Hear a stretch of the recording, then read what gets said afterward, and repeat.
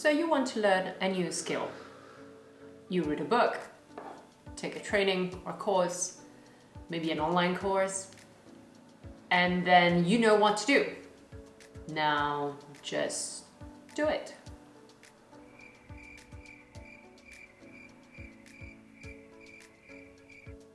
Remember the first time you made, I don't know, a pivot table in Excel?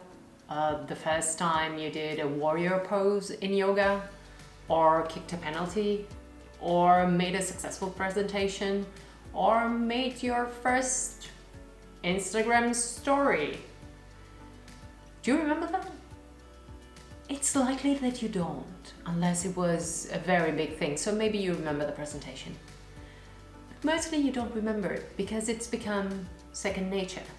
And that's what we talk when we say, well, it's a skill that I've acquired.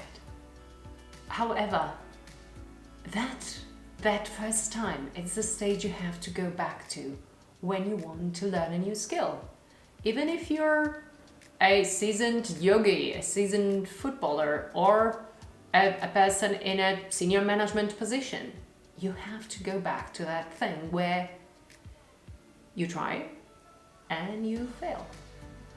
We don't like failing, but actually there's no learning that happens without failing, or almost.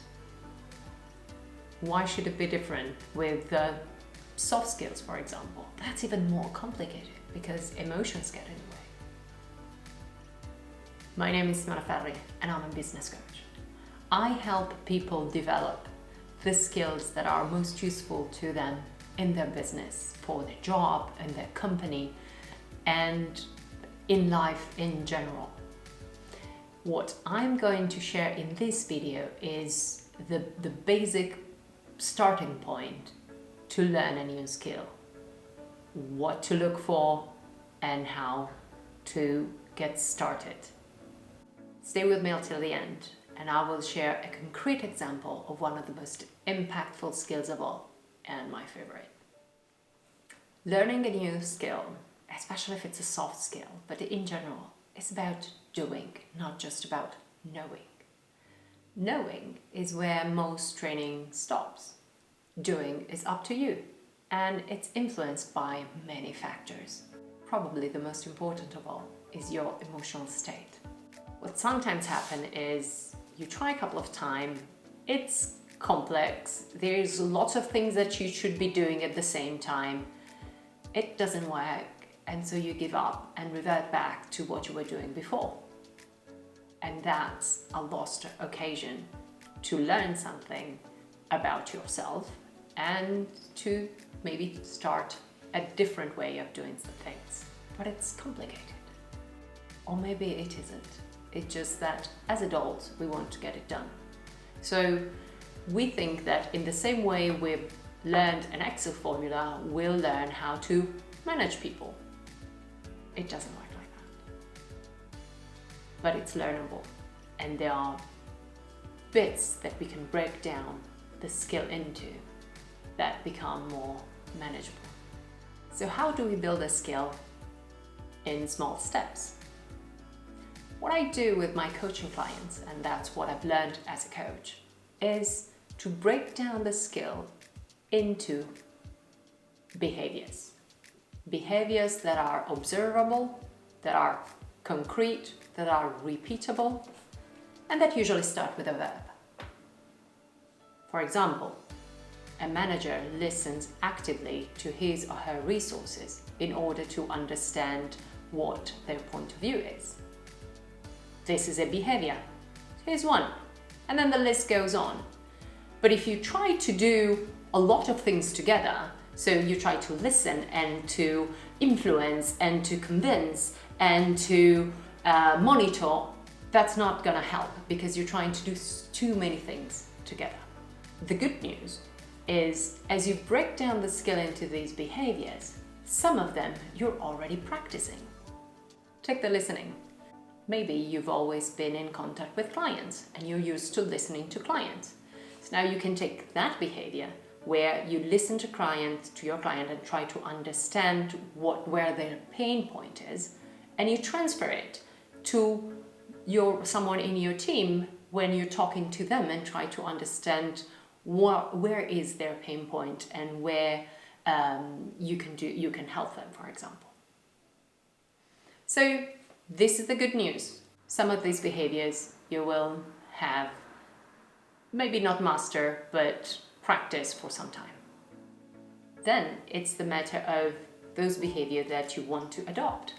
So that's about observing the people that master these skills. Look at that person, he's a good people manager. Let's see what he or she does when they're sitting down, when they're with their team. What happens? How do they listen? How do they respond? What do they say? How do they engage people? This is something you can observe.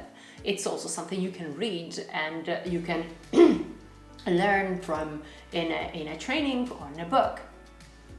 And then it's about setting it down. It's just putting it out as a verb, as a behavior that someone coming from outside can observe about you and then practice it.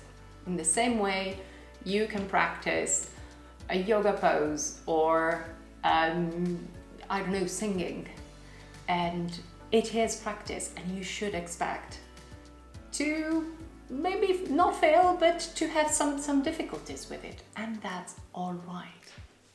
So observing people, reading books or articles and participating to trainings will give you an idea of the behaviors that you are expected to display regarding one skill. So what you should then be doing is to prioritize and start from one. You don't practice 4 at a time because that would just get you confused. So try to sort of divide it into more manageable bits. And then practice, practice, practice, and expect failure. Ask for help, for support from a colleague, from your boss, from a coach, or from a friend. Ask for feedback and maybe share that you're trying something new. Observe how you feel and then practice, practice, practice. Did I say practice? So how is this authentic and how is this measurable? It is authentic because you take a behavior and then you make it yours. And so you put into it let's say your spin. As you practice, you make it your own, and it's never going to be the same as someone else's. And it's measurable because you can measure how many times you've practiced that. You can measure how maybe deep that went, and at the beginning you say, okay, I'm going to practice listening, and then after 5 minutes find yourself that you're not listening, you're just thinking of what you're going to say next, and then okay, I said, well, that lasted other 5 minutes, but maybe the following time it lasts longer, and so that's where you can measure your progress. So I have broken down time management, my favorite skill and the one that has a huge impact on our lives, not just our work life, into 10 observable behaviors. And I've put them in a document. I've broken them down for you and put them in this document where you can read them, you can review them, you can assess yourself against them, and then you can pick the behaviors that you want to practice and try and practice, and have a template of an action plan so that you can get started. And in the end, it is just do it. It's not as simple as that, but it is as simple as that.